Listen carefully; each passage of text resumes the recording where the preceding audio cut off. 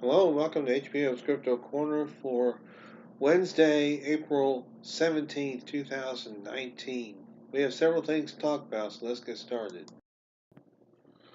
One interesting mystery, which also involves some of our enlisted men from the Vietnam War, is the mysterious rock apes. American GIs swear they saw these things, including a squad actually seeing hundreds of these things and shooting at them. They're known by different names, but Tutut, Ujit, or Ngui Rung, or jungle people. But the soldiers merely called them rock apes. A new hominid species discovery has implications for Orang Pendek research. It's called Homo luzonensis. It was found in the Philippines, and the fossils unearthed date to at least 50,000 years old. So this is only 7 teeth, 3 foot bones, 2 finger bones, and a fragment of thigh. Not much really to go on. But apparently these are tiny, just like the Homo floresiensis. So, very interesting discovery.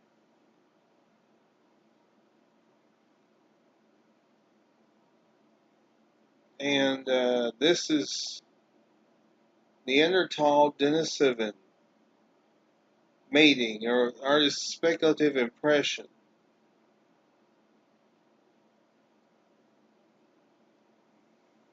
Here is a toe bone of Homo luzonensis. These are the teeth. Here's a scan of enamel dentine junction.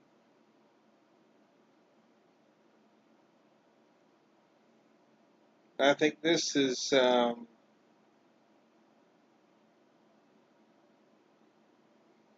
basic cross section of the bones.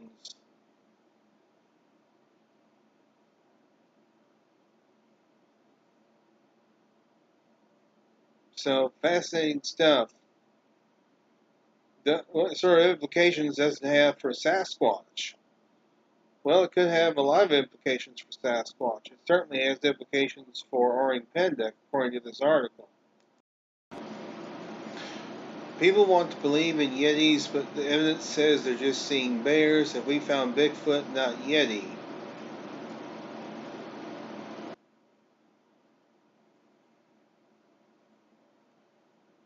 And here's a trailer for the new movie Missing Link.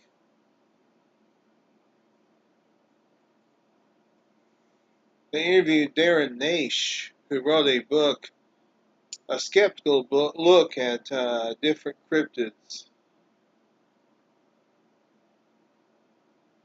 But the Yeti may actually be a large bear. I don't know about that. Not too sure about that, I have to say.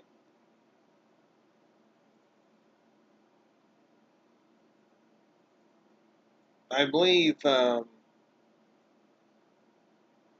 I thought maybe this was about the Sykes study, but it's apparently about another study.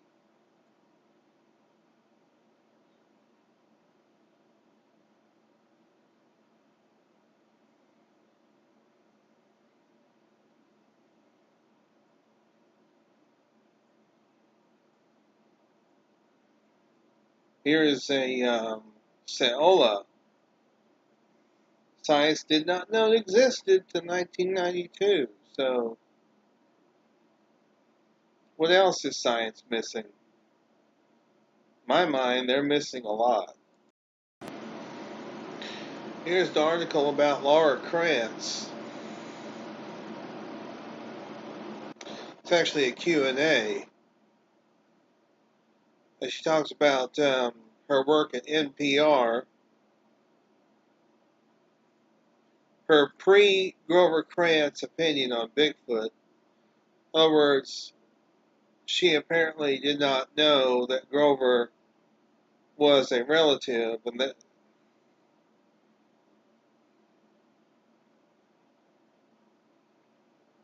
or she didn't know that Grover was a Bigfooter.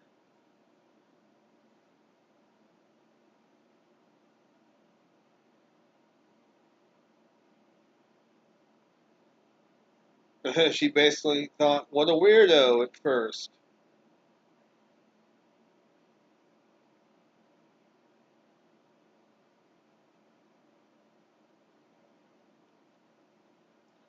But a fascinating interview, nonetheless.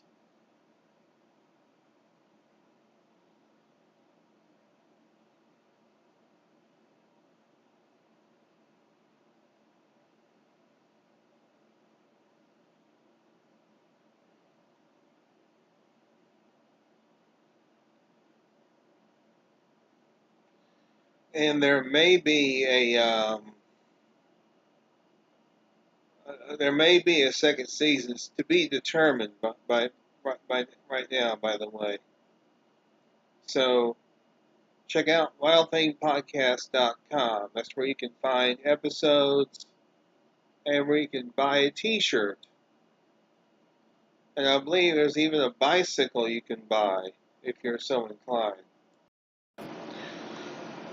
There's a really cool article about John Green. This was written shortly after he passed away.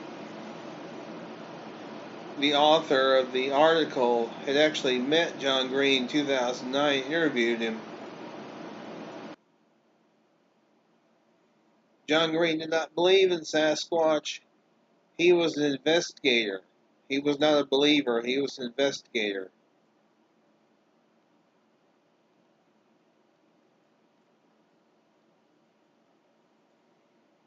This is basically his life story, you might say.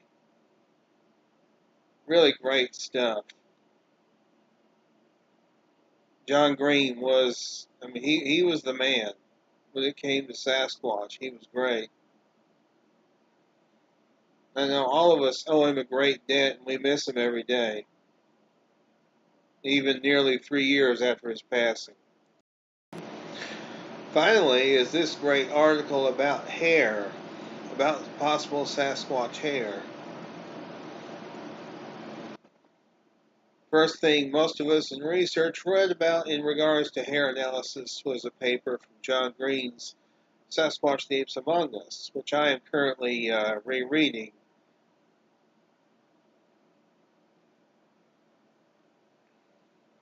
Now, the thing about hair is you have to have a type specimen to figure out where the hair came from. It would be great if we could identify a species just from one single hair or one clump of hair, but that's just not possible.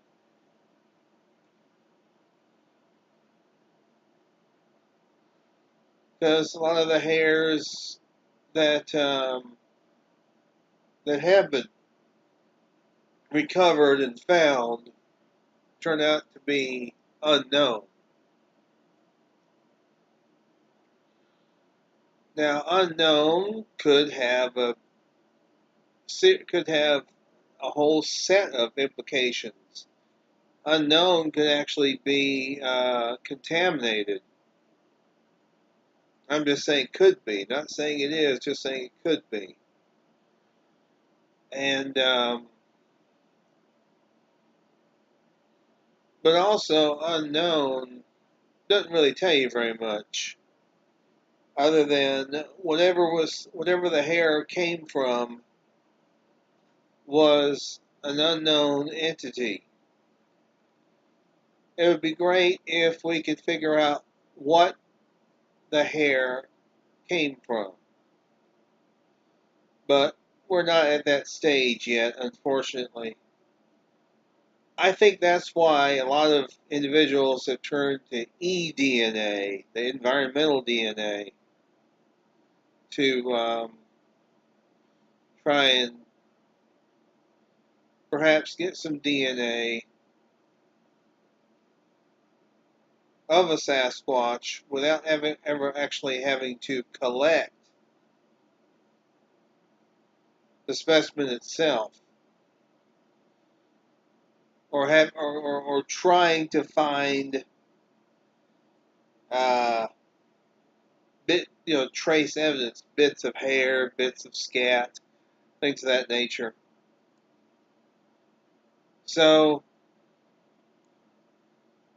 I think with eDNA, I think eDNA is very promising. I think it's a very promising tactic, a technique. I don't know if it'll be successful, but it's a promising technique nonetheless. And that's going to do it for this week. Thank you very much for tuning in. And the Ohio Bigfoot Conference is in 2 weeks. I won't be able to attend, but it's in 2 weeks. Also, Creekfoot is next week for Amy Boo. And, yeah. Oh, right. The International Cryptozoology Conference is next weekend also. That's right, yeah. Several interesting speakers are going to be at that. Refer back to some of my other videos to see me talk about that. But, I think CryptozooNews.com for further information on that. So, anyway, some good stuff going on in cryptozoology and the Bigfoot world. So anyway, y'all be good at this May-HBM Crypto Corner.